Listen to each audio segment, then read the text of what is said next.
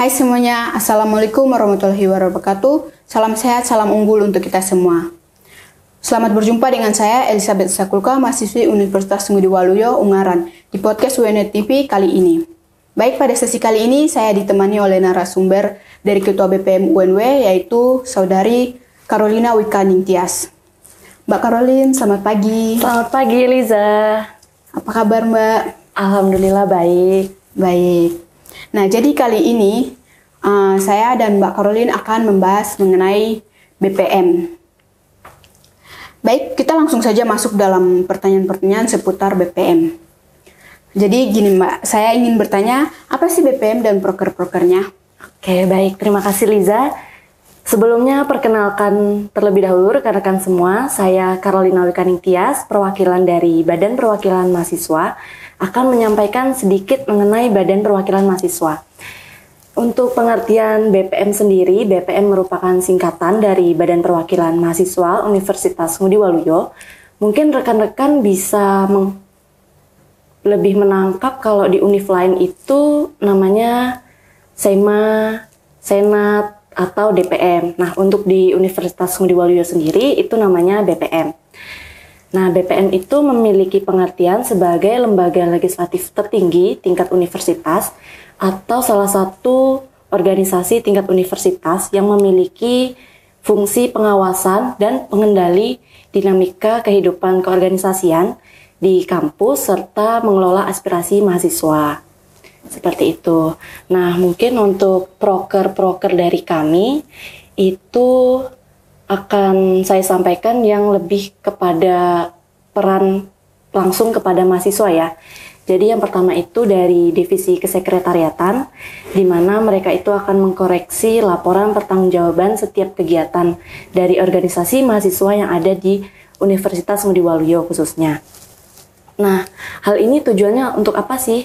Jadi pengecekan administrasi di LPJ itu sangat penting sekali guna kerapian maupun administrasi sebelum nanti LPJ tersebut akan diserahkan kepada pembina atau dekan kaprodi, seperti itu. Nah, selain pengecekan administrasi, dari kesekretariatan juga akan menyampaikan LPJ tersebut kepada teman-teman dari Komisi 2 BPM, di mana mereka akan mengecek RAB, apakah RAB yang ada di LPJ sudah sesuai dengan rancangan yang saat Ormawa tersebut ajukan di awal, seperti itu.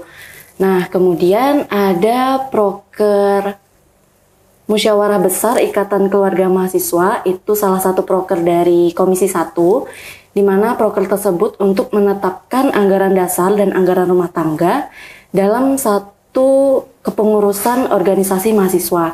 Jadi sebagai pedoman gitu ya dalam kegiatan kita berorganisasi. Nah, itu salah satunya dari Komisi 1.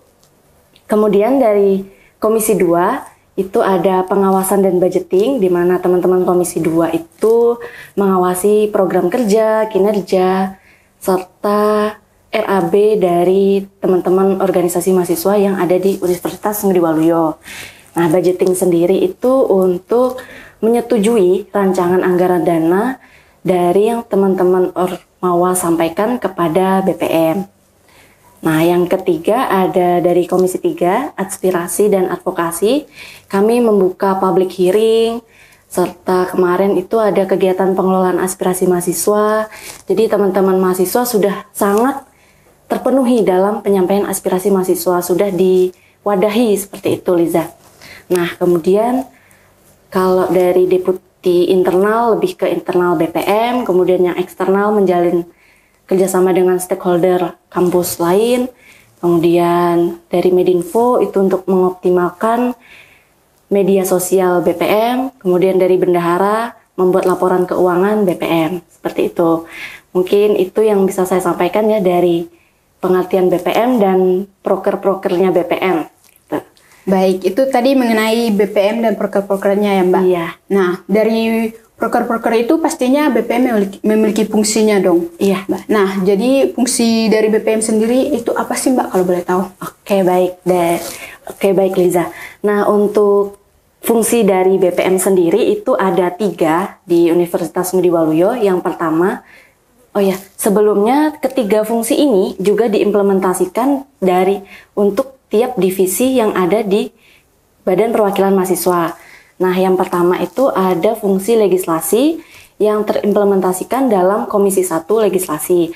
Nah, di fungsi legislasi ini kita memiliki tugas untuk menetapkan anggaran dasar dan anggaran rumah tangga, merancang serta menyusun rancangan undang-undang serta undang-undang yang akan digunakan dalam kegiatan berorganisasi di Universitas Ngudi Waluyo.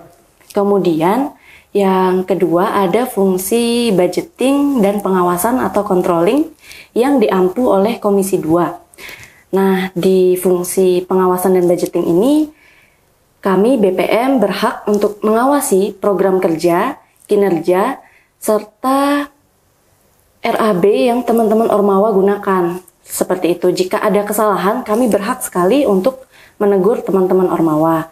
Seperti itu. Kemudian yang fungsi budgeting itu digunakan dalam pengkoreksian atau penyetujuan terhadap rancangan anggaran yang digunakan oleh organisasi mahasiswa di Universitas Ngudi Waluyo, baik itu BEM, HIMA maupun UKM.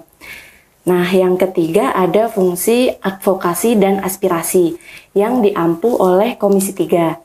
Nah, di mana fungsi ini yaitu mewadahi serta menyalurkan aspirasi mahasiswa kepada pihak birokrasi, serta menjembatani teman-teman mahasiswa kepada pihak birokrasi bersama Badan Eksekutif Mahasiswa atau BEM. Seperti itu. Baik, kira-kira harapan BPM untuk UNW sendiri gimana nih Mbak? Oke, dari kami teman-teman BPM tentunya berharap yang terbaik untuk seluruh sivitas akademika Universitas Ngudi Waluyo. Harapannya lebih maju, lebih unggul, sesuai dengan visi dari universitas juga menjadikan Universitas Ngudi Waluyo sebagai universitas yang unggul, berbudaya sehat, serta bereputasi internasional. Harapan kami cukup tercantum dalam visi juga seperti itu, semoga lebih maju, lebih jaya. Seperti itu. Baik, saya ada pertanyaan lagi. Nah, kenapa kita sebagai mahasiswa harus masuk dalam suatu organisasi di kampus? Wah, pertanyaan yang sangat menarik ya. Ini benar-benar pertanyaan bonus dari Liza nih untuk saya. Jadi, kenapa ya teman-teman mahasiswa itu harus masuk organisasi? Jadi gini loh teman-teman, walaupun kita masuk organisasi, kita sering rapat, kita sering berdiskusi, nah itu adalah salah satu cara atau tahap teman-teman untuk berproses. Di mana proses tersebut akan membantu teman-teman dalam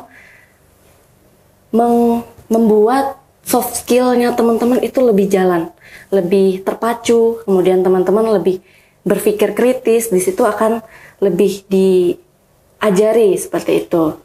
Nah, wajib sekali untuk teman-teman mahasiswa punya soft skill, karena dimana saat teman-teman bekerja, mungkin saat di UNIF itu soft skill yang teman-teman gunakan akan terpakai saat teman-teman presentasi, saat teman-teman punya project bersama, itu akan lebih terpakai saat seperti itu. Nah, untuk 3 tahun atau 5 tahun kemudian setelah teman-teman lulus dari Universitas Ngudi Waluyo, tentunya akan sangat digunakan dalam dunia kerja. Teman-teman akan lebih unggul daripada teman-teman yang tidak ikut organisasi sama sekali.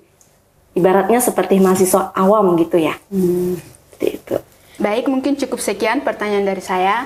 Terima kasih kepada Mbak Caroline untuk kesempatannya pada hari ini. Semoga pada sesi kali ini dapat membuka pandangan mahasiswa mengenai organisasi di kampus. Demikian sahabat UNW podcast kali ini. Jangan lupa like, comment, subscribe, and share UNW TV. Wassalamualaikum warahmatullahi wabarakatuh. Podcast cerdas, podcast untuk mencerdaskan.